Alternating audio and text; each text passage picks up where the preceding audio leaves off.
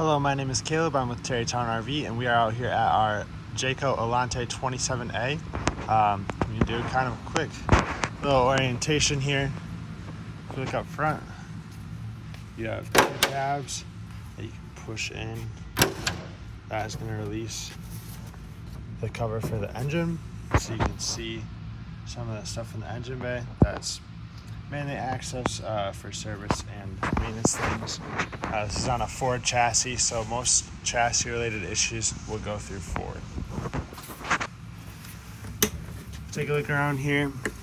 This front compartment, you do have a little bit of storage space, as well as the control box for your solar system. So that's where all the wiring and stuff goes, and then there's a controller that shows battery voltage and things like that, how much it's charging inside. And this door, or this light rather, is on a motion sensor. So there's a motion sensor in the middle of it. So I turn down when I open the door, but you can have that on all the time or have it on the motion sensor. Then right here, we have up at the top your batteries. They are on a pull-out tray. Just pull up on the lever, and those will slide out. Your hydraulic pump here on the right for the leveling system, and then at the bottom is your propane. This does have a gauge on it to show you how full it is. This is where you'll fill it at. It's a bleeder valve there, and then your valve to open and close it is right here. Turn it to the right to close it, turn it to the left to open it. Next to that, we have a little bit of storage. You can see that passes through all the way to the other side, and there is lighting in there as well.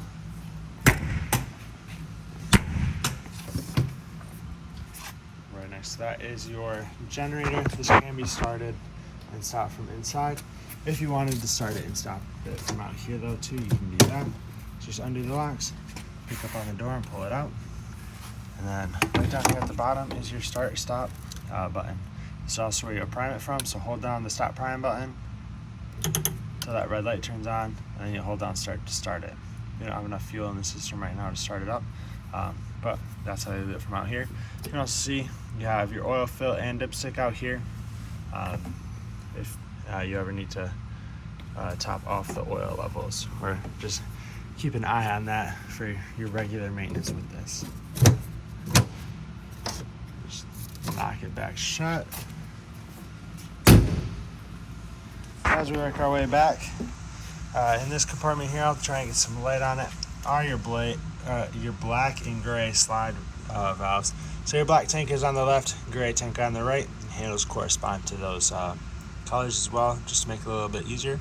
And the drain is right in the middle. When you drain these, you do want to pull your black handle first. That's going to be for the toilet. Once that's empty, pull your gray tank, that gray dirty sinking shower water, wipe to rinse the black toilet water out of your hose. Once the gray tank is empty, close that valve, leave your black tank open. And this coach has a black tank flush on it, which is what this black hookup is going to be here. So hook a hose up to it, turn it on, and that's going to spray directly into your black tank. And that will help rinse it out, get rid of any solid waste that's still in there, and also clear off your sensors. You can run water through for probably only 5 or 10 minutes is all you need, and then turn your water off here, close your slide valves, and you're all set. If you look at the rest of the docking station here, you can see there's diagrams up at the top. Those correspond to the valves here based off of what system you're running. So if you want to fill your freshwater tank, if you're rustic camping or doing some tailgating, something along those lines, you'll match up the valves to power fill. So like something like that. Hook your hose up here, and that's going to fill your freshwater tank. Once your freshwater tank is filled, you'll match it up to dry camping. So turn your valves like so, and then you'll turn your water pump on. You can turn your water pump on from out here, or from inside on your control panel. If your water pump's on, this red light will turn on. If you're hooked up to water full time, city water, you'll match up the valves to that and have your hose hooked up here, and that's going to be what creates your water pressure. And then the nice thing about this is there's super easy functions for winterization and sanitizing. So for winterization and sanitizing both, your hose is going to go through here. The other end of your hose will go into your sanitizing solution or into your antifreeze. Then you just match up the valves to the diagram, turn your pump on, and that will be how that siphons the sanitizing solution or antifreeze into the unit. So it makes it a little bit more straightforward and simple for you. There's also satellite and cable hookups out here. Those are inputs. So if you're staying in a campground that has cable hookup, or if you have a portable satellite dish, that's what that'll hook into. And you have your outdoor shower here as well, with the slinky hose and sprayer that quick connects there. You can see there's a few more silver handled drains down here. The red and blue on the right side, those are your low point drains. That's going to be used for winterization. You open those up, that'll drain the water out of your lines, and you close them, and then you run antifreeze through the system. The two on the left are both for your freshwater tank, so you open those up, that'll drain that tank for you. You can also see your power cord coming out of here. It's a 30 amp unit. This cord can be run through the floor. There's a little trap door that you run the cord through. That way you can still close your door.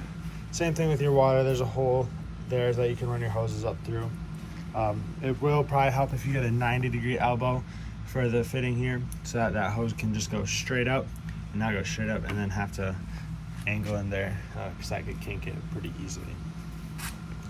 You do have bumper caps on either end of your bumper that you can take out and store your sewer hose in there. You can also see a ladder with access up to the roof. The roof is fully walkable.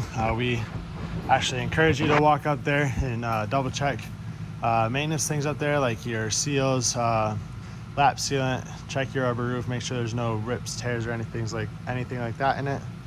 You can also see you have a pitch receiver on the back with a 7-way plug to the left, and the back of the camera right above the Jayco logo. Work our way around to the door side here. Have just a little bit of storage in the back. Storage with a shelving unit in it. And below here is an LP quick connect. If you have an outdoor griddle or stove, you can hook a gas tail up to that, and that will tie into your propane system for the unit. Furnace exhaust vent here. This vent is the back side of your refrigerator. If you ever do need to access that, you can turn these tabs, quarter turn, slide them out, and we can see the back of the fridge.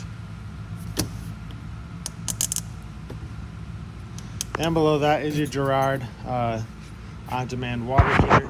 This is a tankless water heater, so you don't have to worry about filling up a freshwater tank or a tank on it or anything. You have an on-off switch out here. Once this is on, that's going to activate your controller inside, and then you'll be able to set up your hot water. More storage below that. This one does not pass through, but this is the other side of that pass-through storage here. And above that, you have your outdoor entertainment. See, radio, CD player down here with your remotes for it, and then obviously your TV with your speakers on either side. When we're at the entry door, there's another small storage compartment just to the right of that, but we can make our way inside. Right inside the door here are going to be a couple of controls. So down at the bottom here, you have this switch labeled main power. If I turn that, shuts everything off. Right above that is the solar controller. So it's probably a little bit difficult to see, but it shows up at the top your battery voltage. It kind of just goes down how many amps we're using. We're inside, so it's really not doing much right now since there's no sunlight, but that'll be where you get all that information. Then you have awning controls here, so awning in and awning out. Just hold down awning out, and that'll start to extend like so. These awning arms are adjustable so that you can tilt it one way or the other to have water drain off of it. That way you don't just have a big puddle of water in the middle of it weighing down on it and putting extra weight and stress on the awning. See, there's awning lights built into the awning tube there. Once you see those lights, that's going to be your indication to let go of the button. Otherwise, the awning's going to keep rolling, and it's going to roll up upside down back towards the trailer which then is kind of a pain to get that fixed. But you can see there's little push buttons in there that you can squeeze. There are actually tabs on the end here that you squeeze to release those. And then you can slide the awning arms to retract or extend that a little bit. So that way it pitches it one way or the other. Next to that, you have a bunch of lights. Exterior lights are the awning. Exterior 1 is the awning lights. Exterior 2 is your porch light right at the top. And power step, that is going to be for this step here. We turn that off. When I close the door, keeps the step out. And then you have interior lights next to that. But just as these main ceiling lights, you can see there's still some other lights on. Those will be on other switches. But as we work our way inside here, we do have both the slide outs closed right now. This is what it will look like with everything closed up. You can see there's still pretty decent walkway through here. You do have access to the rear bathroom. And if you look, you can see that your mattress is folded up here. It's designed like that so that you can have the slide out come in and not have the mattress get bunched up. And it just helps keep this aisle here too. You can see full access to the bathroom. But we'll get everything opened up here. Could take a look at the main controls. Slide out 1, extend and retract. Slide out 1 is going to be your main slide out here.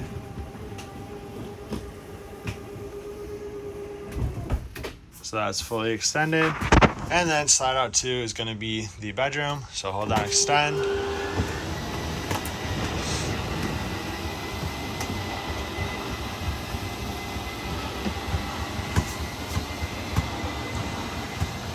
With this rear slide out, you do want to just be aware of your cabinet doors in the back.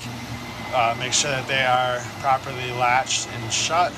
That way they don't get stuck behind the slide out and get damaged or damage the slide out when it's opening and closing.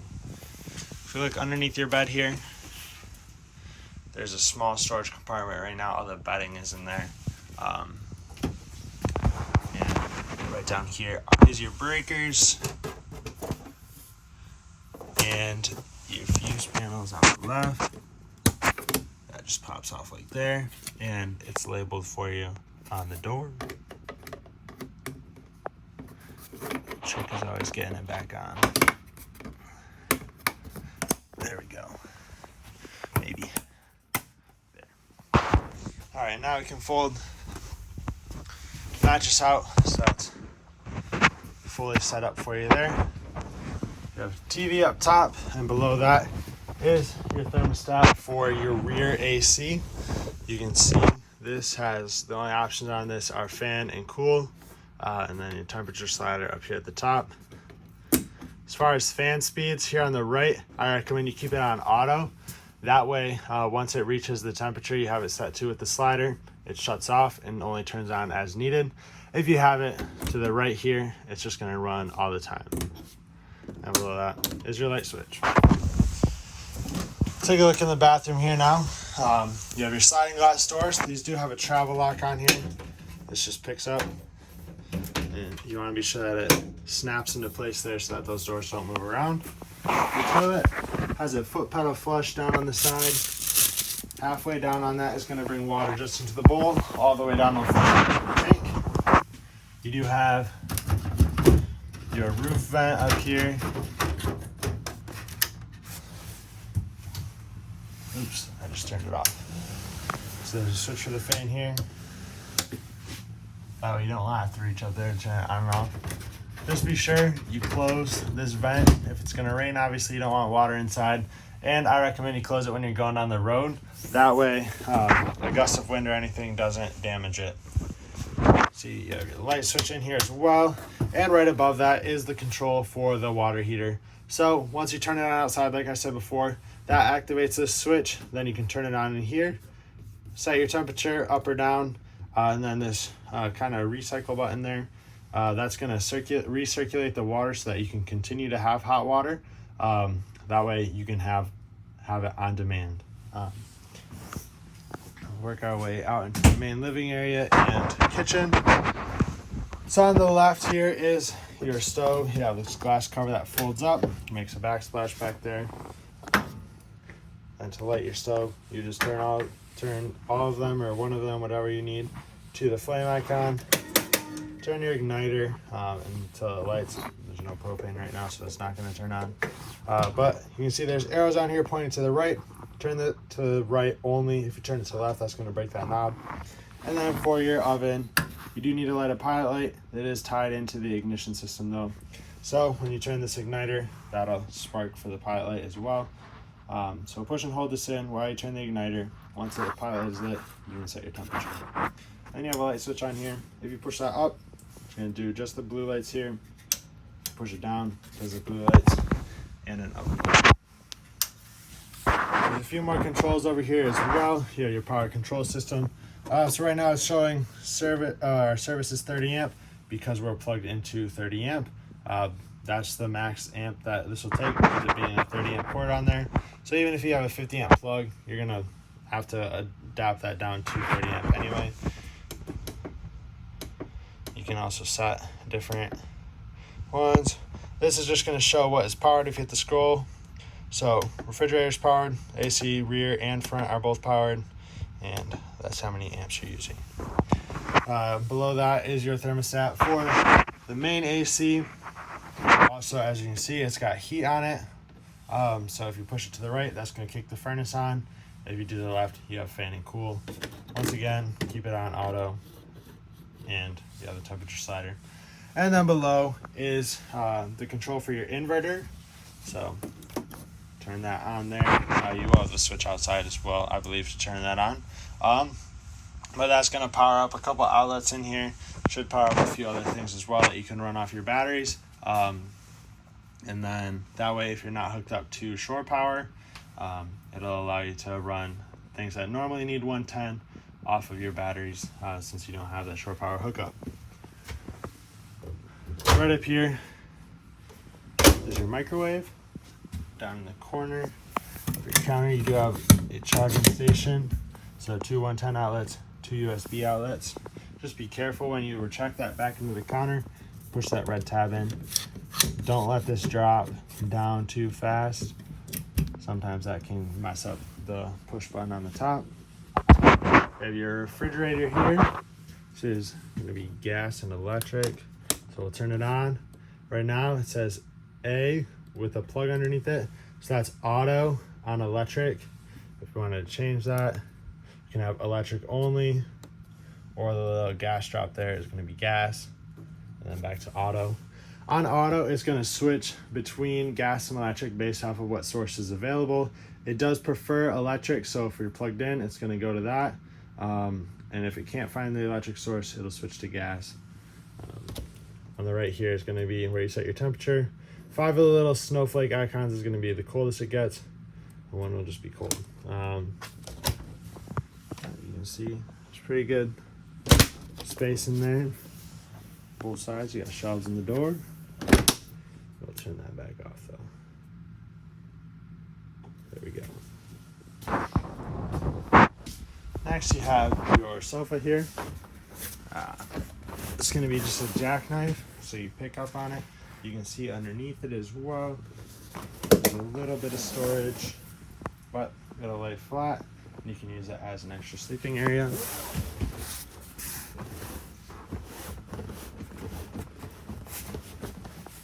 And I have the booth. You can see TV is up right now. The controls for that are right over here. So TV up and TV down. Hold down, down, and it's gonna retract. I do recommend that you have this in the down position for travel. It's gonna put a lot less stress on the televator. It's also just gonna help protect your TV. And there are 2 USB outlets right here as well for charging. This table also turns into a bed. Right underneath it, that's on a strut. So if you push down on the table, that's gonna fold it down into the, and it will set on the edges of the booth here. This strap will hook up to here, and that's gonna lock it in the down position. And then you'll use your extra cushions on the back set it over top. That'll fill in the gap in the middle there. You also have your bed lift up front over the driver's area. So you use that, turn the key to the on position, and then you have your up and down arrows here. Before you run it up or down, you do want to check your strap here, unclip that, and that's going to allow you to operate that. Now it's coming down for us. And we'll stop it right there. So you can see that's what that's going to look like when it's retracted. You do have a few extra goodies up here. This table, that's going to go right in the middle there. We'll run this back up so we can look at the driver's area now, and we'll be sure to strap that back in place. You do also have a light switch here as well.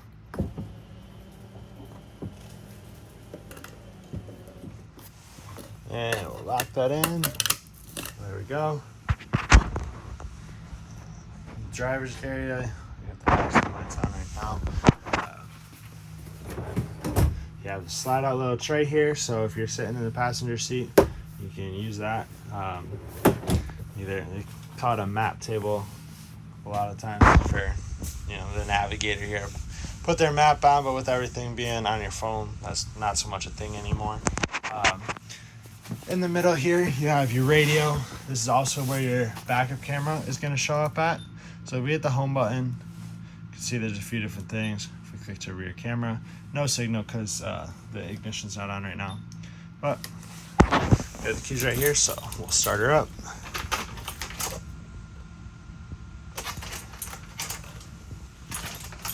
Alright, so now we've got the engine running, so we can show the rear camera on here. See, that pops up with what's behind us. If we hit our blinkers, it's going to switch to those sides. There we go. And then let's turn those off. It goes back to the backup camera. AC controls here. You have some controls here to click the menus up here so you can go through your different trips. Cruise control. Up here, you have mirror heat for heated mirrors. Generator start stop. Battery boost is going to work so that you can start the engine off the house batteries if your chassis battery were to die. And that'll also work so you can start the generator off the chassis batteries if the house batteries were to die. And you have your headlight controls there. Up and down for your shade. So if we hold that down, that's going to bring down the sunshade. Accent light switch for those on the dash. Lights, the map lights up above, and then you can see your equalizer leveling system here. So right now it's on. You can see it's flashing it'll flash a couple codes at us. So to use that, engage the parking brake. That gets rid of that, and see the ignition's on. It doesn't want you to have the ignition on when you run it. It's just a little warning there so you don't drive away with it. But you have auto level up in the top, auto retract here. Otherwise, you can run your jacks individually with the switches. Just be sure you hit auto retract before you drive anywhere, because otherwise you'll damage and bend your jacks if they're down. Even if they're not touching the ground, they're still going to be lower to the ground and can get caught on some things. And then you have your controls here to adjust your mirrors as you need, and more USB chargers there as well. On the wall here is some vehicle information. You have stuff from Ford and from Jayco as well. There's going to be VIN numbers, carrying capacities for cargo, things like that. So you have that for reference. And then up here, hazards and traction control for you. But that is going to be everything for here. Hope this video is helpful to you, and thank you for choosing Terrytown RV.